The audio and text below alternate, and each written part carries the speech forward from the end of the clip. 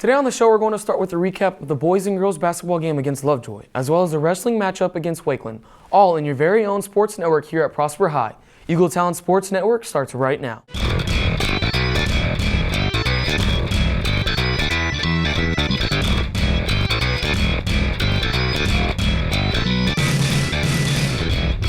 Welcome to our very first Eagle Talon Sports Network broadcast, along with my co-anchors JT Graham and Khalil Adams. We will be with you every Monday to give you an in-depth look at the world of Prosper Sports. We here at ETSN would be remiss if we didn't take a moment to dedicate our inaugural show to fellow sports broadcaster Stuart Scott, who passed away last Sunday after his long battle with cancer.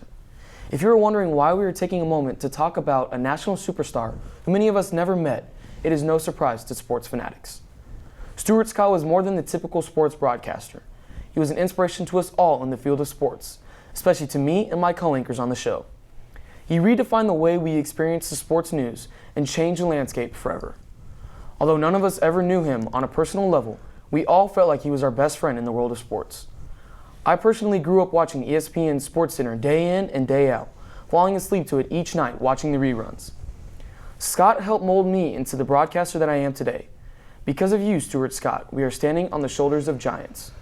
Even though you won't be with us anymore, you will always be in our hearts, as cool as the other side of the pillow. Well said, Garcia. Thank you, guys. Thank you, guys. Let's get to it today. It's time to talk wrestling and basketball. This past week, these teams faced some stout competition. JT? Thanks, Austin. Wakeland would travel to our Eagles Nest to face our wrestling team. Although pulling out the win, there are some highlights for the night for Prosper. Alyssa Hall would start it off right and take a win for the girls, while Gabe Casa dominated with his usual high-flying acrobatics to send his opponent to the bench. One of the newest additions to the team, Chris Reams, would also pull in a win for the night, while senior Devin Reagan would battle to gain a win for the Eagles, also in a dominating fashion. And to close off the night, Isaac Cordy would quickly win his match with a fall. Hannah Crawford would have an ecstatic opening performance to get the Lady Eagles ready to get busy with the Lovejoy Leopards. Reagan Jones led the team with 18 points, and Candace Freeman helped out with a strong 12 points in the effort for the Eagles. It was a good matchup for the Eagles. They just didn't come out in the fourth quarter ready to play, where the Lovejoy Leopards capitalized on too many second chance points that the girls gave them. Now that they know how the Lovejoy Leopards play, I feel like in the second round of district when they play them at Lovejoy, they'll be ready to play the number 11 team in the state. Everybody come out Tuesday night to watch the Lady Eagles play at McKinney High. This past Friday night, the boys basketball team also took on the Lovejoy Leopards and got off to an unusually slow start. Our very own Khalil Adams righted the ship with the deep ball to cut the Leopards' lead to only 4. The senior small forward Griffin Powder was clutch as always from beyond the arch, leading the team with a whopping 19 points. Junior power forward Robert Mahone also had a great night with a couple of much-needed buckets, which gave the Eagles the victory they needed. Let me just go ahead and hit it one time for my boy Stuart Scott up there. Booyah! Matt blows it with the and one, which gave the momentum shift that the Eagles needed to get back on top. The student section in band gave the Eagles the home court advantage, which they deserved, sealing the victory 56-49. Armand Charnia proved to be the team's backbone once again and showed out like always, proving to be the MVP of the game. We will be right back after these quick messages.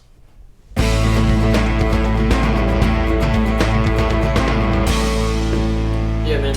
Say what you want about our football team, dude, but our linebackers, man, they were the toughest dude out there. JT Graham, man. JT Graham, he's a weight room tank, dude. Yeah. I wonder if he had some help. Whoa. JT, what are you doing, man? Hey guys, what did I say about my personal reflection period? You're right. What are you guys doing here? Let's get out of here, dude. Yeah, We'll let you do whatever you need to do, man. Yeah.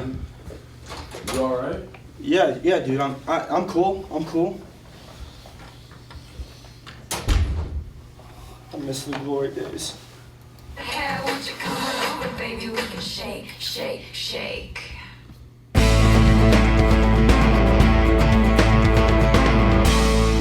And we're back.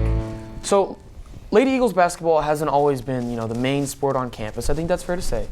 But this offseason, it looks like the girls have put in a lot of work, a lot of hours, a lot of dedication, and they're off to a great start. That's 3-2 with only 4 seniors to start the year: Grudzy, Freeman, Jones, and Cosgrove. And one of them, a huge impact player, Grudzy is out for the season. Yeah, Grudzy's out with a torn ACL the rest of the season. And the 3-2 record shows how good they are, because the two teams that they've lost to is McKinney North, the returning state champions, who are still top in the state, and the number 11 team in the state, Lovejoy Leopards. They've been two powerhouse teams. And they weren't just blowout losses. Oh, it was neck and neck the whole time. Especially Lovejoy was 43-40. I mean, and it was a 1-point game with 30 seconds left until a rough backcourt. And again, for them to do that good with this magnitude of teams, such a young team. It really speaks volumes for the amount of work that they've put in the offseason, as well as the coaching. Yeah, yes, the coaching's been phenomenal. And on the other side of the ball, we got the boys basketball team who, after graduating Cameron Martin, I don't think many people expected us to be doing as well as we're doing right now.